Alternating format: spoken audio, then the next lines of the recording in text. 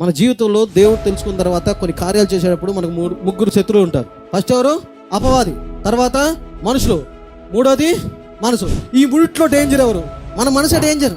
ఎందుకంటే మనకు బద్ధ శత్రువు ఎవరంటే మన శరీరము, శరీరిచ్చులు, శరీర కొరకు, మనసు, ఆలోచనలు, తలపు, ఇటుపోతాం, అంతా పోతూ ఉంటాం. మనం చాలా పోతూ ఉంటాం, ఇటు పోతూ ఉంటాం. మనం అంత శత్రువు మనమే. అపవాది ఉంది కరెక్టే, మనుషులు శత్రువులే మనకి. అన్నిటికన్నా పెద్ద శత్రువు మన మనసు, మన శరీరం, మన కోరికలు, మన ఇచ్చులు. దేవుడు ఇట్టెళ్ళమంటే నేను అట్టు వెళ్తా, దేవుడు ఇచ్చేయమంటే నేను అది చేస్తా. మనం దేవుళ్ళలోనే ఉండాలనిపిస్తుంది కదా. యావలన్నీ కావాలి, మన లోకంలోనే యావలన్నీ కావాలా.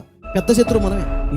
ఈ శత్రువుని జయించాలంటే ఒకటే మార్గం, ప్రతిరోజు ఆపకుండా కన్సిస్టెంట్గా నిలకడగా దేవుడితో గడుపుట. ఒక్క పదము తెలియదు, దేవుడు గడుపు. నువ్వు ప్రార్థన చేస్తావు, ఆరాధన చేస్తావు, నీ ఇష్టం, ఎట్లా మొదలెడతావు నీ ఇష్టం. నేను ఎంత దేవుడితో గడిపితే అంత మన లైన్లో ఉంటాం. లేకపోతే తెలియకుండా చల్లారిపోతాం, కష్టాలు తెచ్చుకుంటాం.